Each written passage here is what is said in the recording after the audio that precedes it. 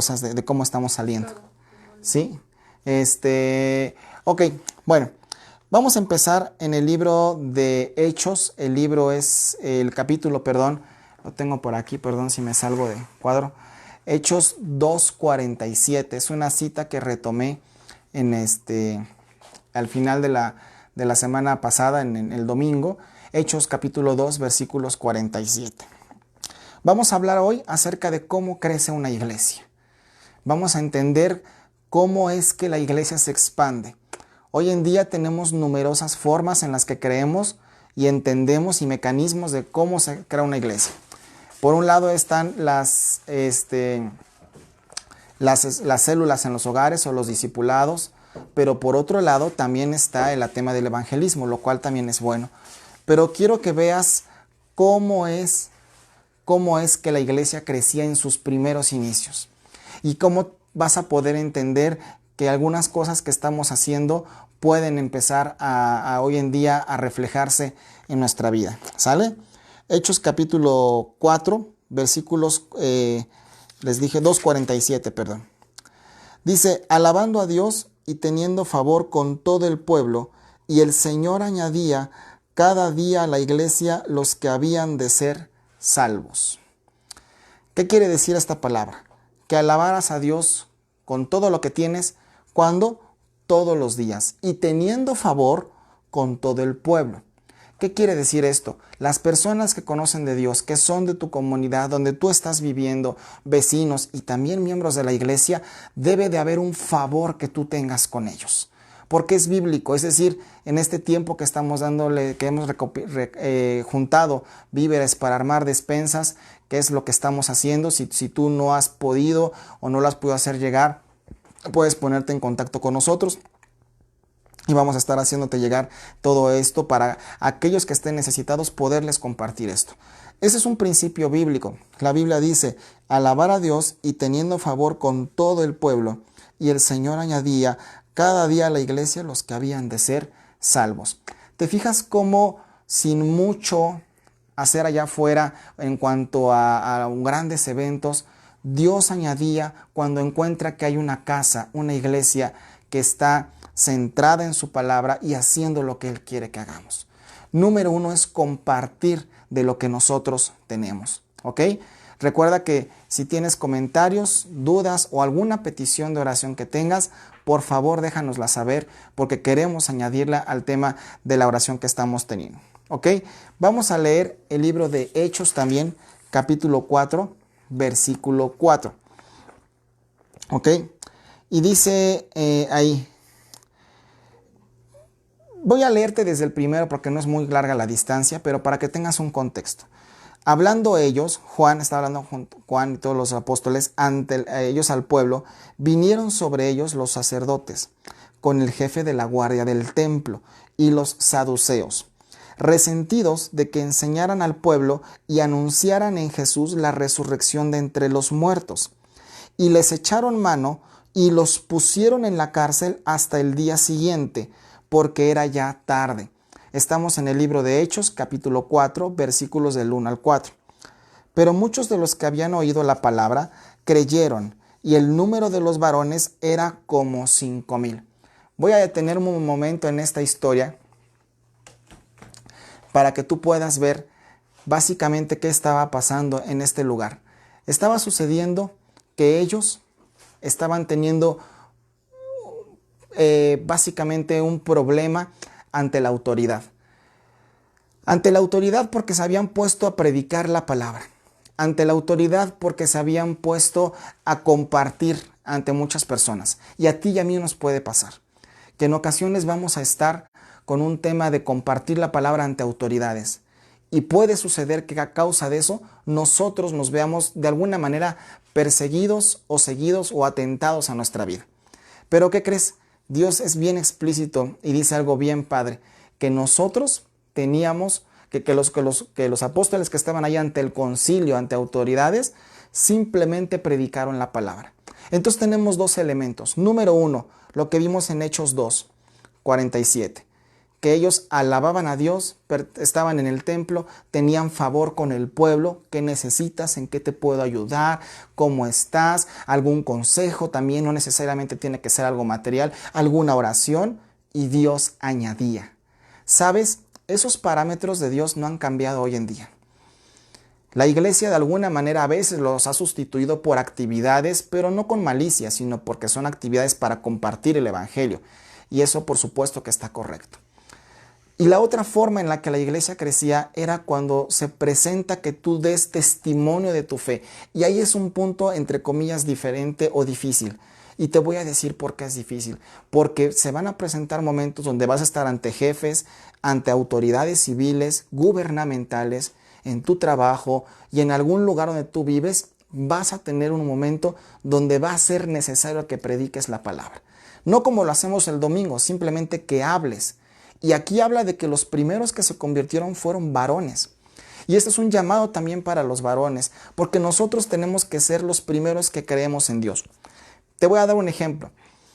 Hoy que estamos teniendo tiempos en casa, y yo no me estoy levantando al mediodía, como sé que tampoco pasa en sus casas, ¿verdad? O como pasaba antes, al inicio de todo esto. Lo que estoy procurando hacer es levantarme temprano, entre las 7, 8 de la mañana, 8 de la mañana más o menos, y de 8 a 8 y 10, 8 y 5, 8 y media, procuro tener un tiempo de lectura o un tiempo de oración, cuando la casa aún algunos están dormidos, ¿sí? En ocasiones alguno de nuestros hijos está en clases virtuales, está en su cuarto, y hay un tiempo donde tú puedes tener tiempo a solas. Ese tiempo de calidad Dios te revela, te hace entender, te anima a estudiar. No solo es lo que le das a los demás, sino lo que le das a Dios de tu tiempo, de tu forma de ser, de lo que tú tienes en tu tiempo, en tu vida. Porque todo empieza de manera vertical, dándole las cosas a Dios, dándole las cosas a nuestro Señor.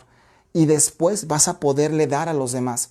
Llámese en esta transmisión, llámese en hacer una llamada con alguien, llámese orar, visitar a alguien en su momento, pero primero tienes que estar alineado con Dios.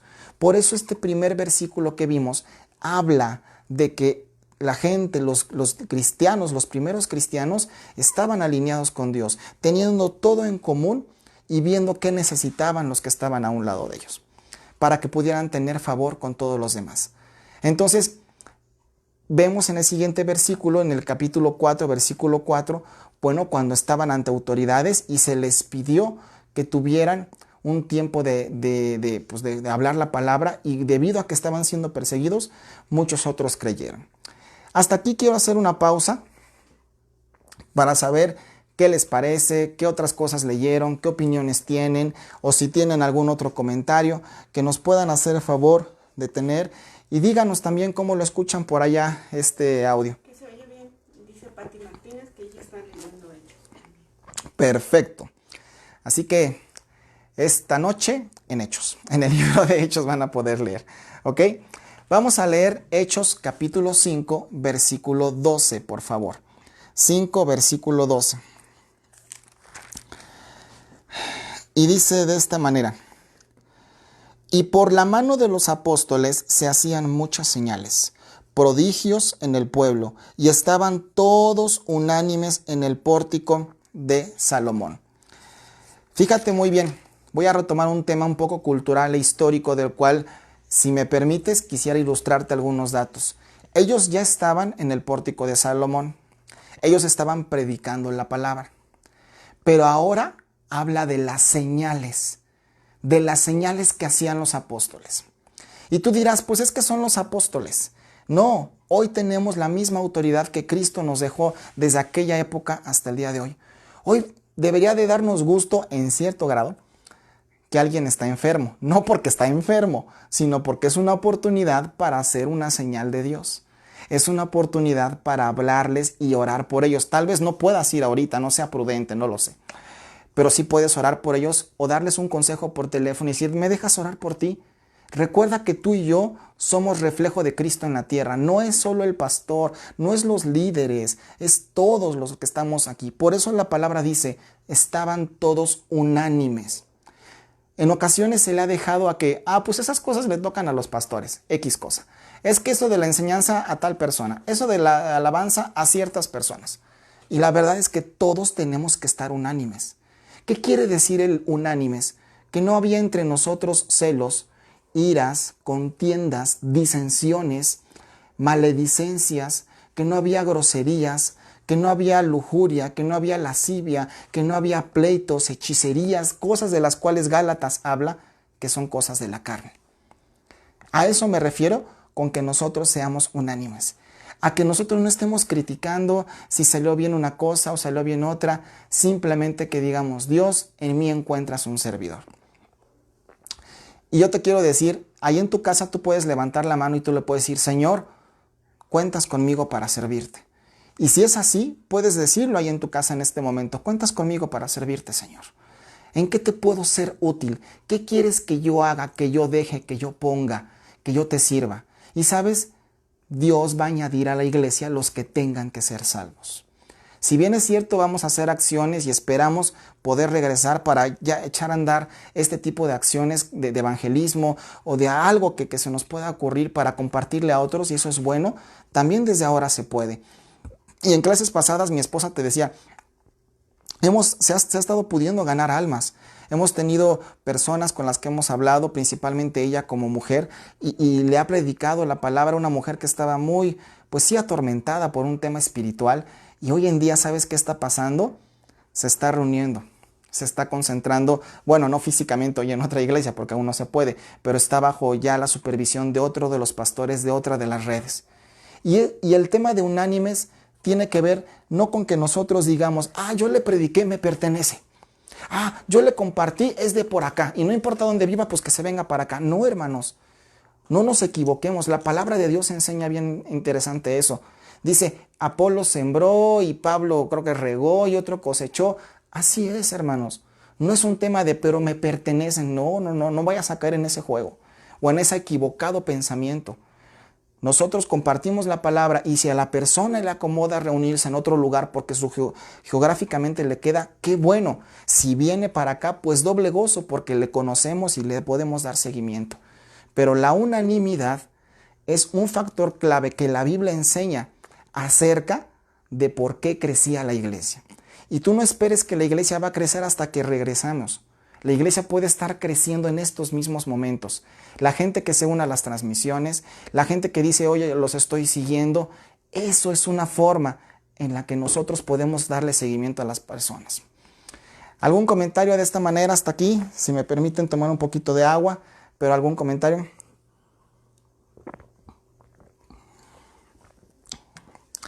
Ok. Vamos a seguir hablando de lo que dice la palabra en otro tipo de versículos. Me voy a regresar a otros capítulos un poquito. Vamos al capítulo 3 del libro de Hechos. Ahora estamos hablando de los hechos de los apóstoles justamente. Estamos hablando de las cosas que estaban haciendo. No solo de la cuánta palabra conocían, sino ahora era el momento de hacer algo. Y voy a leer un poquito desde el versículo 1 hasta en adelante, del capítulo 3 del libro de Hechos. Te lo repito porque sé que estamos en vivo y en grabación. Capítulo 3 de Hechos, del versículo 1 en adelante. Pedro y Juan subían juntos al templo a la hora novena. La hora novena era como la tercera hora del día, más o menos, ¿sí? Entre las 3, las 6, las 9. La de la oración. Y era traído un hombre cojo de nacimiento, a quien ponían cada día a la puerta del templo que se llamaba La Hermosa, para que pidiera limosna de los que entraban en el templo. Cuando vio a Pedro y a Juan que iban a entrar en el templo, les rogaba que le dieran limosna. Y aquí a veces nos da un poquito de risa lo que sigue a continuación. Pedro con Juan, fijando en él los ojos, le dijo, míranos. Eso tiene una connotación importante. Entonces él estuvo atento esperando recibir de ellos algo, pues obviamente material. Mas Pedro le dijo, no tengo plata ni tengo oro, y tengo una piñata. Es que nos da mucha risa a veces aquí. Pero lo que tengo te doy. En el nombre de Jesús de Nazaret, levántate y anda. Eso es lo que les dice. Y lo más importante viene aquí. Tomándolo por la mano derecha, le levantó y al momento se le afirmaron los pies y tobillos. Cuando tú le predicas a alguien, cuando tú le dices que le vas a dar algo, no solo en lo físico, en una oración, en una llamada, sí es importante que por ahí incluyas y le digas, en el nombre de Jesús, dame chance de hacer una oración, porque no vengo con mi fuerza. En el nombre de Jesús, recibe esta dotación de alimentos. En el nombre de Jesús, declaramos que te va a ir bien y que vas a estar bien y bendecido. ¿En el nombre de quién? ¿Por qué? Porque la obra que haces, la estás sellando. No con tu forma de ser, no con tu egocentrismo, que sin querer puede ser y otras veces es intencional, sino diciendo, lo que tú vas a recibir y lo que yo te voy a dar va a ser en el nombre de Jesús. Y esa es la parte más linda. Una de las cosas que llamó mi atención de este versículo es, le dijo, en el nombre de Jesús lo estamos haciendo. Y dice que le tomaron de la mano de derecha y se levantó. Hay un asunto bien curioso aquí, pero es importante saberlo. Estamos entendiendo que nos movemos en el tema de la cultura judía, de cuando estaban ellos, todavía acuérdate que les había dicho Jesús que iban a ser testigos en Judea, en Samaria y hasta lo último de la tierra. Bueno, ¿por qué con la mano derecha? ¿Y por qué la Biblia habla de que muchas veces con la mano derecha saludaban o se sentaban a la derecha? La mano derecha implicaba algo que tienes que entender en este contexto. E implicaba lo siguiente. Implicaba una posición de autoridad de quien estaba a tu derecha. Implicaba también un rango en algún lugar de alguien que sabía dar la palabra o que tenía cierta autoridad. Implicaba también confianza, pero implicaba otro asunto bien importante. La mano izquierda en el Antiguo Testamento en esa época se utilizaba para las cuestiones sanitarias del ser humano. Con la mano izquierda es con la que se aseaba el hombre y la mujer. Se usaba para cuestiones sanitarias. Entonces no era bien visto que cuando tú le fueras a dar algo a alguien, pues le dieras la mano izquierda. Puede darnos un poco de risa, es un tema cultural y que a lo mejor dices, pues ¿qué palabra de Dios hay en eso? Te voy a decir algo. Habla también de la conciencia con la que hacían las cosas en aquel momento. Así que esa palabra llamó mi atención y estuve investigando más al respecto y por eso te lo quería compartir para que tuvieras un poquito más de datos de cada versículo que estamos leyendo. Y vamos a continuar ahí en el libro de Hechos. No sé si de momento hay algo que quieran comentar los que están ahí. Dice, ¿por qué primero los varones? Pregunta Pati Martínez, pero ¿de qué versículo? Sí, ¿de qué versículo? Porque si nos aclaras, Pati, ¿en qué versículo? Pero la observación de Pati es muy importante porque todo en ese contexto tiene que ver. Pero mientras nos dices, les sigo con lo demás. Bueno, versículo 8 de capítulo 3, versículo 8 de Hechos. Y saltando se puso en pie y anduvo. Es decir, hubo una muestra palpable de que de veras estaba sano. Una muestra palpable. Esa es la razón por la que en ocasiones me has escuchado decir o escucharás a mi esposa y a mí decirle a alguna persona cuando oramos por alguien, hay algo que no podías hacer y que ahora puedes, no que lo forces, porque hay sanidades que van a venir con el tiempo y hay sanidades que llegan de inmediato. Y es importante que la persona reconozca y vea que está recibiendo algo en ese momento. Y si es así, que tú le digas, gloria a Dios, Dios te está sanando, o alguien te va a decir, ya me siento mejor, no podía doblar mi cintura, ahora ya me puedo mover. Eso es una sanidad que viene de parte de Dios de manera inmediata. Por eso lo hacían ellos. Y dice que entró con ellos en el templo, andando y saltando y alabando a Dios. Y todo el pueblo le vio andar y alabar a Dios. Aquí hay una cosa muy importante. El templo La Hermosa era donde eran en los tiempos de Jesús, se ponían a recibir la palabra y era un templo que contemplaba entre 4 y 9 puertas para llegar hasta el fondo. Cuando la Biblia dice que este hombre se levantó y anduvo y todos lo vieron alabando, quiere decir que lo vieron los que estaban en la entrada, pero también los que estaban más adentro, los que podían estar más adentro del templo. Quiere decir que este hombre fue llevado de la mano por todo el templo, cruzando cada puerta de ese templo, ¿sí? Y que era un momento donde ellos podían ver el testimonio de la palabra. Luego vas a encontrar en la Biblia que dice que estos varones se ponían en pie. Hay un versículo donde dice, y Juan se ponía en pie con todos los apóstoles y hablaba. Y en ocasiones hablaban ellos a las afueras del templo en unas escalinatas que hay hasta la fecha a los lados de ese templo. Esas escalinatas no solamente eran escalones pues para subir y llegar, tenían un porqué. Fíjate que el ancho de las escalinatas y la altura que tenían era porque muchos maestros o muchas personas de la ley enseñaban y era necesario que hubiera un lugar alto para que los vieran.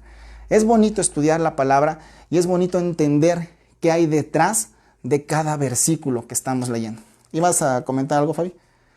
Es Hechos 4:4 dice. Hechos 4:4.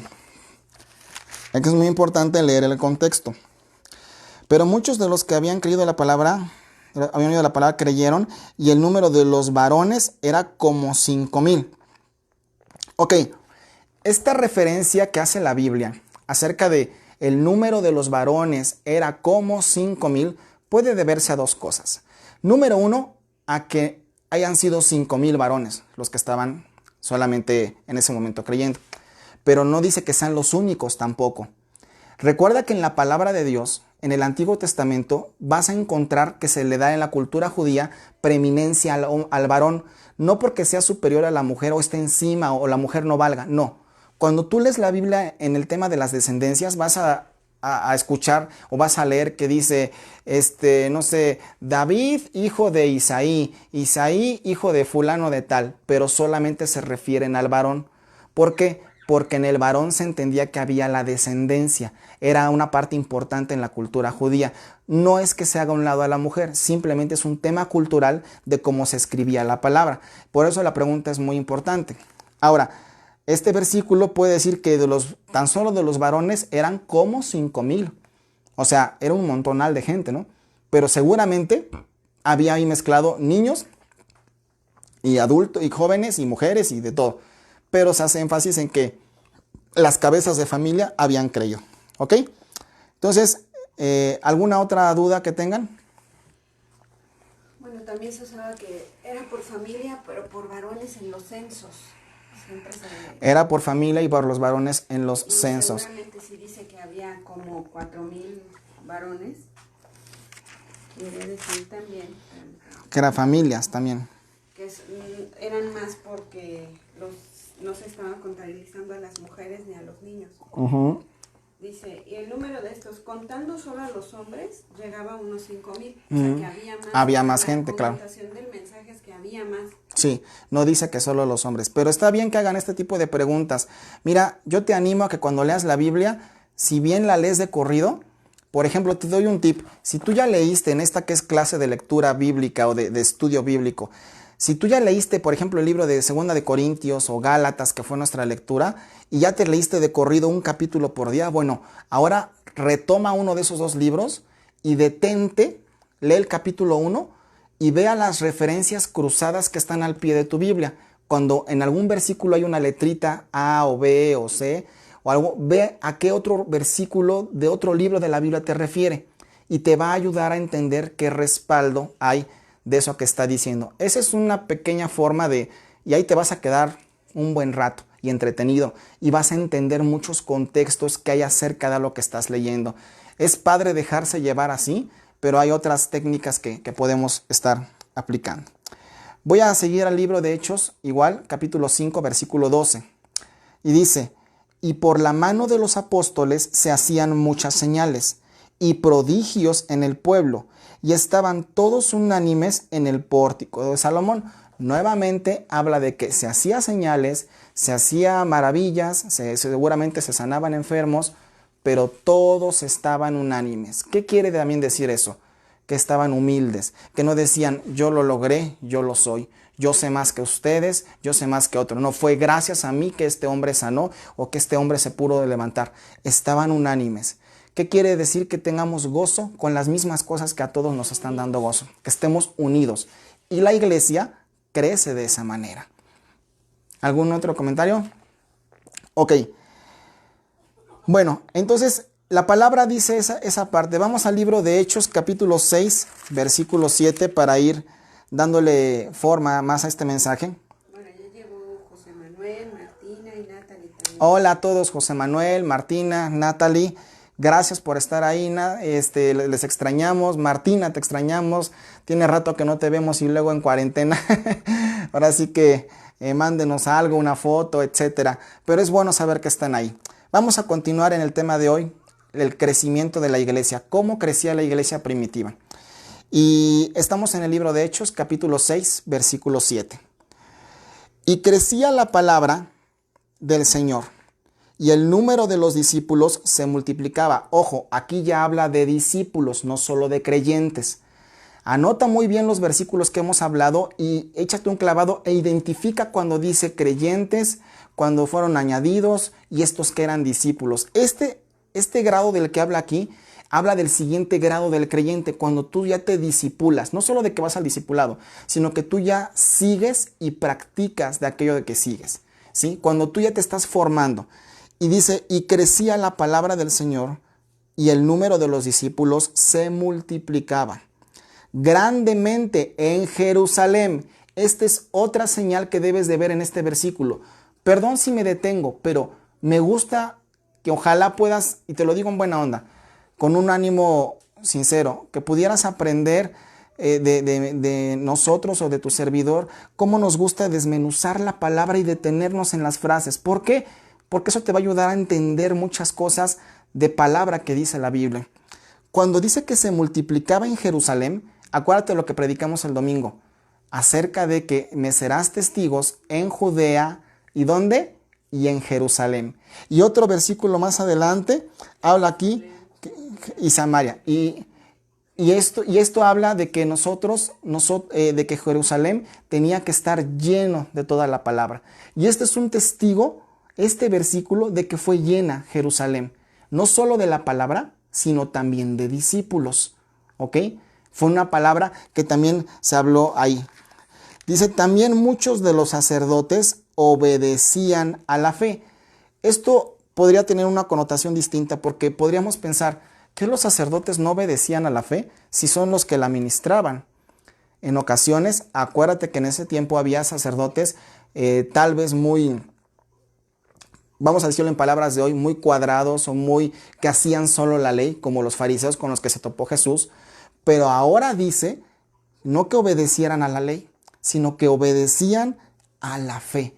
Entonces tenemos ya en este nivel mucha palabra de Dios, gente haciéndola, teniendo misericordia, y Dios empezaba a añadir personas. Aquí la pregunta sería, ¿tú y yo estamos haciendo lo que dice la palabra de verdad? ¿Lo estamos haciendo con fe o con legalidad o con religiosidad, me atrevo a decir yo en ese momento? ¿Sí? ¿Estamos llenando nuestro Jerusalén, nuestra casa, el lugar en donde estamos? ¿Se multiplica la palabra por eso? Mira, te lo he comentado y te lo vuelvo a platicar. Nosotros aquí procuramos darle gracias a Dios. Hay una cosa que no te había dicho en otras transmisiones y siempre se me quedaba en mi cabeza, pero y si no te la repito. Si en tu casa son 5 personas, son 3, son 2, 4, las que sean, yo te propongo que hagas algo que estamos haciendo nosotros. Y es que cada día de la semana uno de nosotros le da gracias a Dios por lo que estamos teniendo. En cuanto a la comida, por ejemplo. Por ejemplo, el papá el lunes puede empezar y ser el que va a dar las gracias. Puede ser el martes, el miércoles. Al siguiente día, un hijo. A ti te toca dar las gracias los martes, por decir. Y si son 5, 7, 4, pues luego repiten y así llenan toda la semana. ¿Y qué crees? Toda la familia, de manera palpable y verbal y notoria, están dándole gracias a Dios por lo recibido. Y esa es una forma en la cual también la iglesia empieza a crecer. En ocasiones nos interesa mucho cómo ha crecido la iglesia o cómo va a crecer la iglesia en el número. Pero, ¿sabes? Yo me ponía a reflexionar. En ocasiones no hemos crecido nosotros, cada uno de nosotros. Y todos tenemos áreas que son huecas o cojas, que nos hace falta crecer. No hay ninguno que haya alcanzado el 100%, ¿no? Si no, ya no estaría aquí. Pero en ocasiones nuestros ojos se ponen ahí en las butacas, en la cantidad, en el número. Es algo que tenemos que observar, sí. Pero también te preguntaría, tu vida está como el primer versículo que leímos, Hechos, que fue 2:47, o cuando decían que ellos tenían todo en común, y entonces tú te puedes entender como una persona bien firme en Dios. ¿Es un proceso? Sí, sí lo entiendo. Es un proceso de saber dejar, soltar, buscar de Dios, aplicar la palabra. Solo así vas a crecer. ¿Por qué? Porque aquellos que estaban llegando a la iglesia necesitaban gente en quien apoyarse. Y esa gente, no solo la gente la necesitaba, Dios necesitaba que fuera gente bien fundamentada. Que no tuvieran broncas con temas de diezmos, que no tuvieran broncas con temas de falsas doctrinas, que supieran hacer los milagros que en el nombre del Señor y darle el reconocimiento al Señor, que estuvieran unánimes. Entonces, si Dios veía que esas cosas existían, decía, yo agrego más a esa iglesia. No estoy diciendo que es un tema de criticar en donde no y en donde sí, entonces esta la veo grande. No, no es un tema de eso. Estoy simplemente centrándome en lo que enseña la palabra de cómo crecía la iglesia. ¿Sí? Y en la medida que la iglesia fue perseguida, fue criticada, fue censurada, fueron presentados ante concilios, la iglesia crecía más.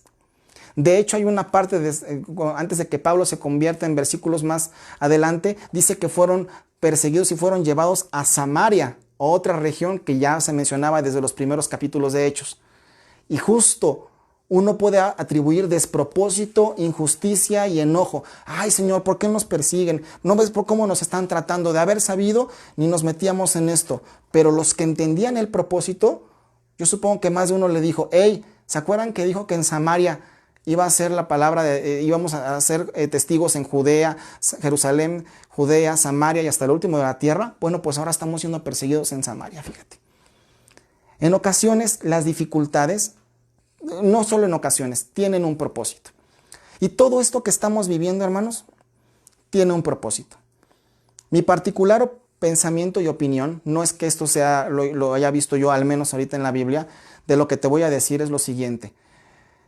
Estamos un mes, 30 días, y esta es una semana, la quinta semana que estamos con el tema del confinamiento. Pero yo creo que a los 40 días va a pasar algo. Yo espero, yo percibo, yo supongo, es mi opinión particular. Yo no te estoy diciendo Dios me reveló, Dios me dijo algo. ¿Por qué? ¿Por qué? Porque Dios siempre, cuando pasa el número 40, hace algo. ¿Qué? No sé. Pero es un entendimiento y una percepción con base a lo que hemos leído. Jesús estuvo 40 días con los apóstoles, presentándoseles, hablándoles. Después se manifiesta todavía más y es recibido arriba. ¿Sí? El pueblo estuvo 40 años en el desierto, ¿sí? Y después entró a la tierra prometida. Y de ese número podemos hablar mucho, ¿sí? Simplemente mi expectativa, pon ahí la cuenta de cuándo empezó, es que en el número 40 puede ser que pase algo. Algo que cambie la historia o que venga un avivamiento también, yo no sé. Pero el asunto es, si Dios lo hace bien y si no también, el asunto es, ¿tú estás preparado para recibir a los demás? ¿Estás preparado para darle a los demás? ¿Has crecido como dice la palabra? Y en ese sentido es que yo te invito a que cada uno de los que nos esté mirando, cada uno que está ahí sentado o escuchando, haciendo cualquier cosa en la casa, se haga esta pregunta y diga, Señor, yo estoy preparado. Yo tengo la estatura que tú ya querías que tuviera, no la física, pero sí la espiritual. Dime en qué me hace falta dejar de una vez por todas, que esta cuarentena sirva como una especie de, permíteme usar esta palabra y si me equivoco, ponme ahí una en los comentarios, una especie de tiempo donde tú puedas meter en una tumba aquellas cosas que no te hacían bien. No regreses de este tiempo igual o peor, sino que espiritualmente digas, Señor, si necesitas que alguien ore por los enfermos, yo puedo ir, pero yo ya me la creo, o yo ya lo experimenté. Señor, necesitas que alguien predique ante una autoridad, aunque me critiquen y que tú y que eres religioso o que no tienes que tener estos cultos, yo lo voy a hacer, pero no hay nada de temor en tu vida. Señor, necesitas que perdone a alguien, que Dios encuentre manos levantadas en nuestras iglesias y en nuestro Jerusalén, diciendo, puedo confiar en ti, te lo puedo poner. Y Dios va a añadir los que tenían que ser salvos. Amén de las acciones que hagamos cada uno de nosotros. ¿Algún comentario, algún like, ya de menos, alguna carita? Dice Concha, es que los fariseos no tenían a Dios en su corazón, hablando de... Así es, pastora. Ah, claro, ahí está. No tenían a Dios en su corazón. Eso es bien importante. Tenían la ley, tenían mucho conocimiento y sabían de mucho, pero no tenían a Jesús en su corazón. Por eso la Biblia hace énfasis en ese versículo que vimos hace rato. Y los sacerdotes obedecían la fe. Porque cuando tú lees el libro de Levítico, estuve leyendo el Levítico hace unos días, habla de la función de cada uno de los sacerdotes y de los levitas. Es todo un tema. Y cada quien tenía una función, pero lo obedecían todo al pie de la letra y estaba bien. Y Dios se agradaba de eso, ¿sabes?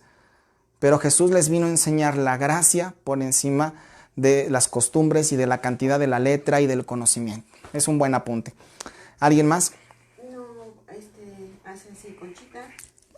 Acabamos de leer el libro de Gálatas y si tú terminaste de leerlo, la semana pasada Luis nos compartía acerca del hijo de la esclava y del hijo de la libre. Uno que se somete a las cuestiones de la ley y otro que es por cuestiones de la fe, que es el hijo de la promesa. Y todo tiene una razón y todo se vincula en la palabra de Dios. Y de hecho a mí me sorprendió porque cuando terminaba el libro de Gálatas, dice que el justo por la fe vivirá, cuando hace más énfasis en que sí es importante la ley, pero es más importante todavía la fe en la gracia del Hijo de Dios. Me llevó en la concordancia, y por eso es bueno que tú leas tu Biblia, a el libro de Habacuc. El libro de Habacuc me parece que es el capítulo 2, versículo 4, dice que el justo por la fe vivirá. O sea, desde el Antiguo Testamento era tan importante para Dios que dejáramos de buscar más las cuestiones religiosas o de la ley y que nos vinculáramos a la fe. Porque la fe es la que finalmente nos trae a los pies de Cristo. Entonces se me hizo muy, muy curiosa esta relación entre el libro de Gálatas y el libro de Habacuc, Nuevo y Antiguo Testamento, que a veces pensamos que no hay ninguna relación, pero sí hay mucha relación. Ok, gracias. Dice José Manuel, por eso les dijo, este pueblo de labios me honra, pero su corazón está lejos de mí. Así es, hijo. Así es, así es. De labios lo honraba, pero su corazón no estaba cerca de Jesús. Y sabes, ese comentario, ese versículo, te deja ver que lo que le importa a Dios es ver cuánta fe hay en tu corazón, cómo está tu corazón. Porque tú puedes levantar las manos, puedes hablar de Dios, puedes predicarle a la gente, puedes darles toda una clase y eso pues está muy bien. Pero ¿qué crees? Dios no ve cuántas hojas ya leíste y sabes, dice cómo está tu corazón. Por eso la Biblia dice, hijo mío, por sobre todas las cosas guardadas, guarda tu corazón. Y eso es algo que implica la salvación. Cada uno de nosotros tiene que cuidar su corazón. No de una manera rencorosa o no me hablen o no le hablo a nadie o de enojo. No. ¿Qué hay en tu corazón? Si tú detectas que empieza a haber rencor, pues ora y sácalo de ahí para que las cosas malas no vengan a ti. Si tú detectas que empieza a haber enojo o enfriamiento cristiano, ¿te puedo decir algo? Tú tienes que identificarlo y acercarte al fuego, a la palabra, a la lectura, a lo mejor a estas transmisiones en estos momentos del año. ¿Sabes? El enfriamiento que algunos cristianos pueden experimentar, siempre se empiezan a dar cuenta. No es de que de pronto me encontré frío, ya no quiero nada de Dios. En algún momento alguien se aleja, en algún momento ya no quiere algo con alguien, en algún momento hay un enojo por alguna actitud que alguien hizo. Si tú te has detectado esa circunstancia y ni sé por qué te lo estoy diciendo, tienes que acercarte a Dios. ¿Por qué? Porque es responsabilidad personal guardar tu corazón. Por sobre toda cosa guardada, decir, hey Señor, no se trata de la gente, no se trata del edificio, no se trata de las personas, se trata de ti, de quien me estoy alejando en su momento. ¿Ok? Pero bueno, buen apunte. ¿Alguien más? Dice Aurora, justo el sábado del ayuno, Dios me llevó a leer Habacuc y esa palabra fue la que me reveló, es Habacuc 2:4, exactamente, Aurora. Wow. A mí también me sorprendió Dios y esto, tómalo porque Dios nos está pidiendo que en este tiempo vivamos por la fe, más que ante cualquier otra cosa. Vivamos por la fe, porque eso finalmente es lo que nos va a salvar ante cualquier circunstancia, no solamente en la cuestión de la vida eterna, sino ante cualquier circunstancia que hoy pueda pasar, el justo por la fe vivirá. El justo por la fe vivirá. Y tiene que ser justo. ¿Por qué? Porque ya aceptó a Jesucristo. Por eso es que nosotros no tenemos que perder de vista el valor que tenemos, hermanos. He hablado con algunas personas y me hacían ver qué tanto de la Biblia hemos aplicado, hemos vivido cada uno de nosotros o en lo personal ellos.